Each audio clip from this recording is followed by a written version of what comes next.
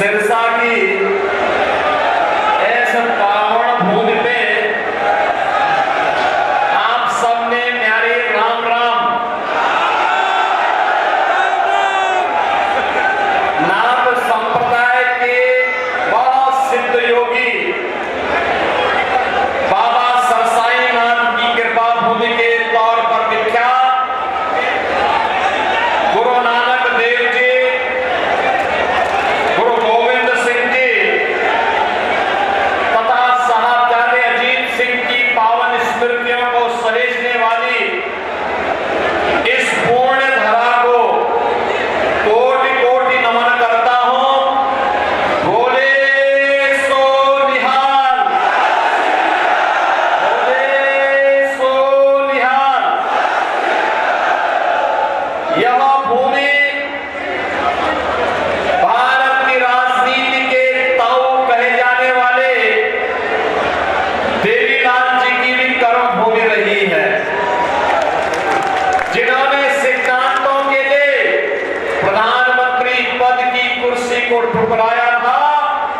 ऐसी पावन धरा को कोटि कोटि नमन करते हुए, जिस धरा ने महान किसान नेता और स्वतंत्रता संग्राम सेनानी सर छोटू राम जी को, सुर सम्राट पंडित जसराज जी को जन्म दिया हो, ऐसी पूरा पावन धरा को नमन करते हुए मैं आप सबका हृदय से स्वागत करता हूं, अभिनंदन करता हूं।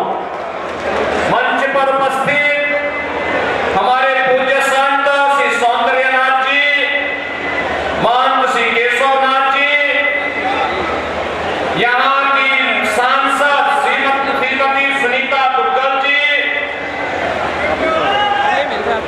लोकसभा के हमारे प्रत्याशी श्री अशोक तंवर जी, राज्यसभा के माननीय सांसद श्री सुभाष बराला जी, लोकप्रिय विधायक और हमारे नाथ संप्रदाय के ही भक्त हैं श्री गोपाल जी, माननीय विधायक श्री जुड़ाराम जी, विधायक श्री लक्ष्मण नापा जी, जिलाध्यक्ष श्रीमती नताशा सिहाग जी, जिलाध्यक्ष फतेहाबाद श्री बलदेव गुरहा जी, पूर्व राज्यपाल श्री गणेशी लाल जी, लोकसभा संयोजक आदित्य चौटाला जी, हरियाणा सरकार के चेयरमैन श्री वेद गुना जी, जगदीश चोपड़ा जी, मंच पर उपस्थित भारतीय जनता पार्टी के सभी हमारे पदाधिकारीगण और भारी संख्या में बाबा सिरसाई नाथ की पावन धरा को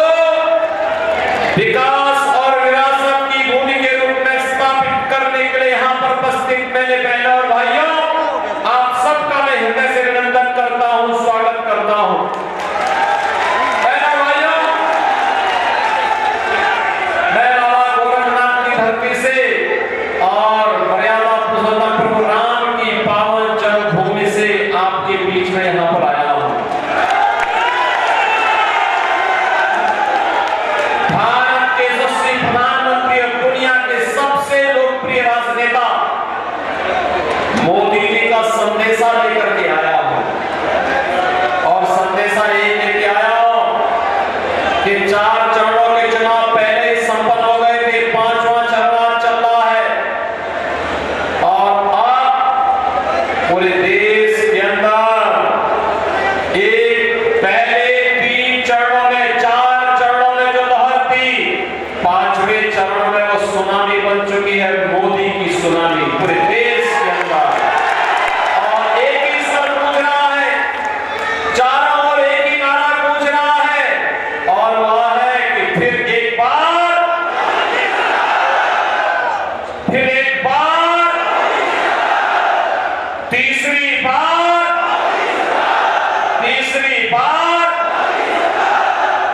अब की बार, अब की बार। जब हम 400 पार की बात करते हैं तो बहन और भाइयों, कांग्रेस को चक्कर आने लगता है, और चक्कर इसलिए आने लगता है क्योंकि 400 सीटों पर वो चुनाव ही नहीं लड़ रही है, तो जीतेगी कैसे? और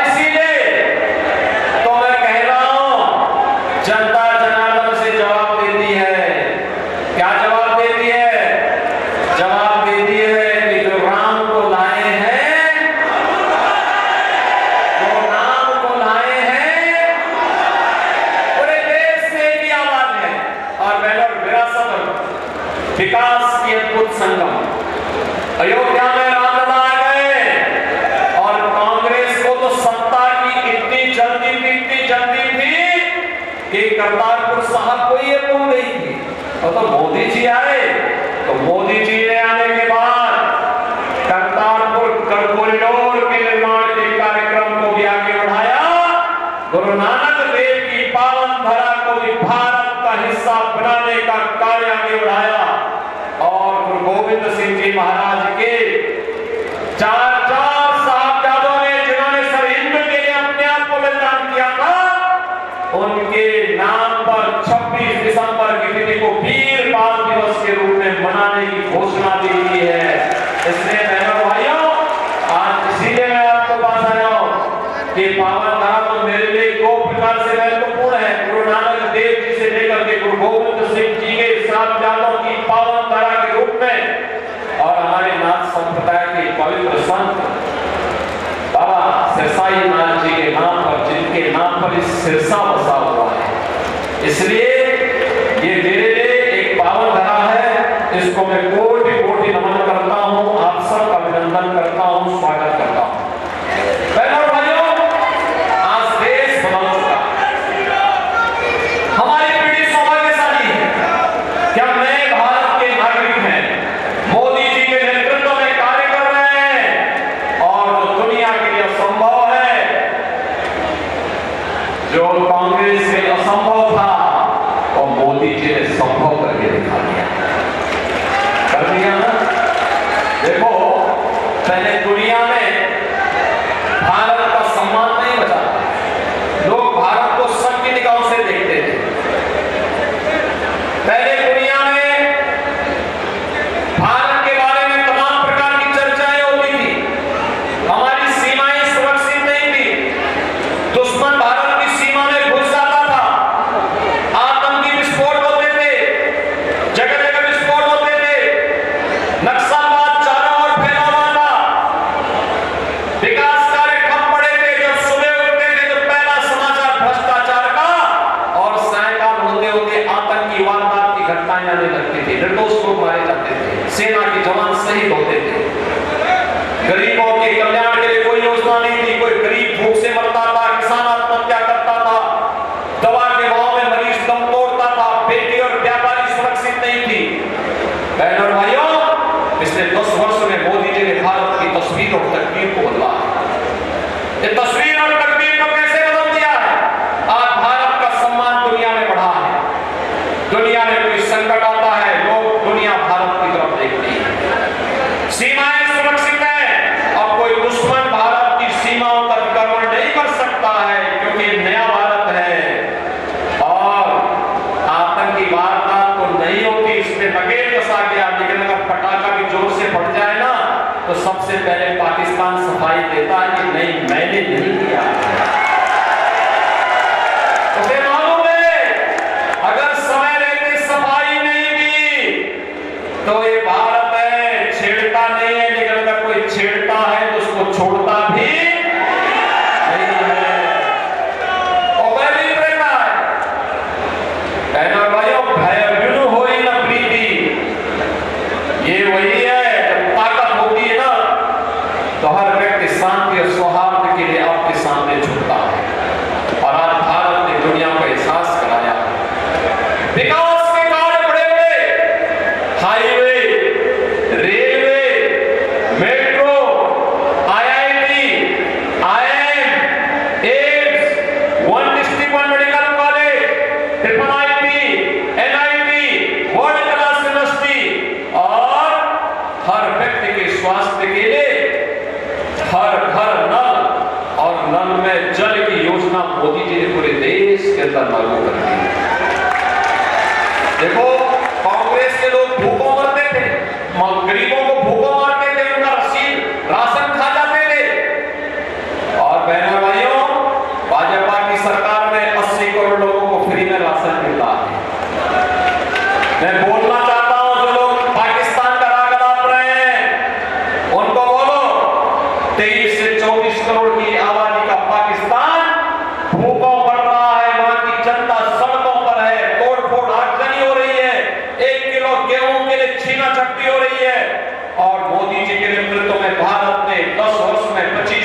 लोगों को गरीबी रेखा से उभारने का काम किया है। 60 करोड़ लोगों को देश के अंदर 5 लाख रुपए का स्वास्थ्य बीमा का कवर मिल रहा है। 50 करोड़ गरीबों के जनधन अकाउंट खुल गए हैं। 12 करोड़ किसानों को किसान सम्मान निधि का लाभ, 12 करोड़ घरों में शौचालय का निर्माण, 10 करोड़ गरीबों को उज्ज्वला योजना का कनेक्शन और 4 करोड़ गरीबों के मकान बन गए हैं। और मोदी जी ने घोषणा की है तीसरी बार सरकार बनेगी, 70 वर्ष से ऊपर के हर एक बुजुर्ग को 5 लाख रुपए हर वर्ष स्वास्थ्य के लिए उपलब्ध करवाएंगे। मोदी जी ने घोषणा की है तीसरी बार सरकार बनते ही जितने बचे हुए गरीब होंगे उनको भी एक एक मकान उपलब्ध करवाएंगे। मोदी जी ने घोषणा की है तीसरी बार सरकार बनाएंगे, सोलर स्कीम के अंतर्गत हर घर को फ्री में बिजली उपलब्ध करवाने का काम भी करेंगे। बहनों भाइयों, यहाँ विकास भी है, गरीब कल्याण भी है, देश की सुरक्षा भी है, आतंकवाद का सफाया भी है और भारत का सम्मान भी है। और साथ साथ रामलला का भव्य मंदिर के निर्माण का कार्य भी तेजी के साथ आगे बढ़ गया है। रामलला अयोध्या में विराजमान है। बहनों भाइयों, मैं आपसे पूछना चाहता हूं, मोदी जी ने जो ये किया, इसमें किसी के साथ भेदभाव हुआ है क्या? अरे इसमें तो कोई भी जाति, हर जाति, मत, मजहब, क्षेत्र, भाषा, पूरे देश के 140 करोड़ लोगों को उन्होंने परिवार मान करके दिया। सबका साथ, सबका विकास की बात मोदी जी ने की। और बहनों भाइयों, एक तरफ सबका साथ और सबके विकास की भाव, सुरक्षा सबको, लेकिन तुष्टीकरण किसी का नहीं। हमने तुष्टीकरण नहीं, संतुष्टीकरण पर ध्यान दिया। और दूसरी तरफ इंडी गठबंधन में कांग्रेस और उसके सहयोगी दल हैं, सुबह से लेकर शाम तक एक नया झूठ और एक नई अफवाह फैलाते हैं। जब सत्ता में थे तब कुछ नहीं किया, तब हिंदुओं की भावनाओं के साथ खिलवाड़ किया। तो उस समय वो क्या कहते थे? कहते थे हिंदुस्तान के संसाधनों पर पहला अधिकार मुसलमान का।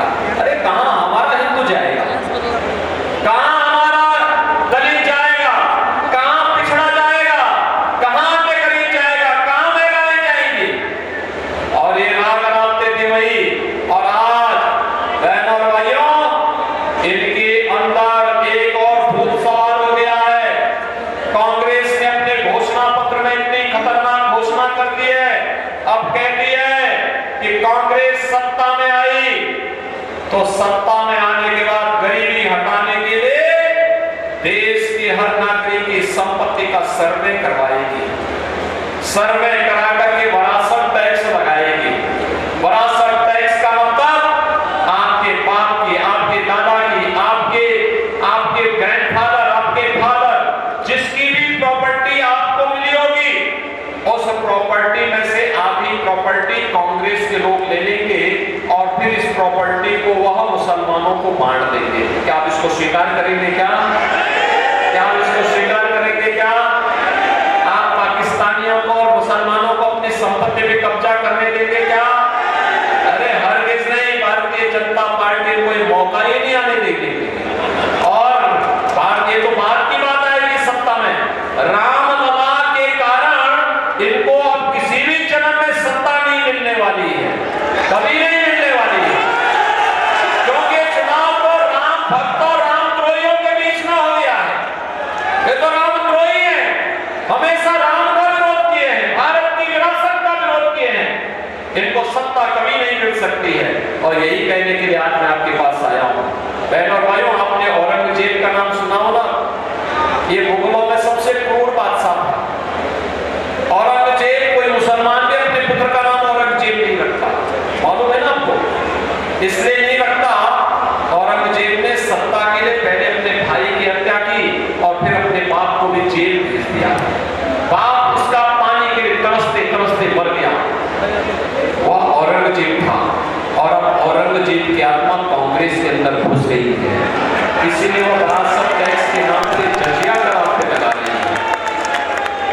ये जजिया कर औरंगजेब ने ही भारत में लगाया था, कहा था कि या तो जजिया कर दो और नहीं तो मुसलमान बनो, और कांग्रेस भी यही करना चाहती है। क्या आप इसको स्वीकार करेंगे? क्या आप इसको स्वीकार करेंगे? क्या हम भारत को विभाजन की ओर ले जाएंगे? क्या अरे राम जन्मभूमि का जो पुण्य आपके साथ जुड़ा हुआ है, आप भी कह सकते हैं, सिरसावासी भी कह सकते हैं कि हमने तो यहां से कमल खिलाने का काम पिछली बार भी किया था।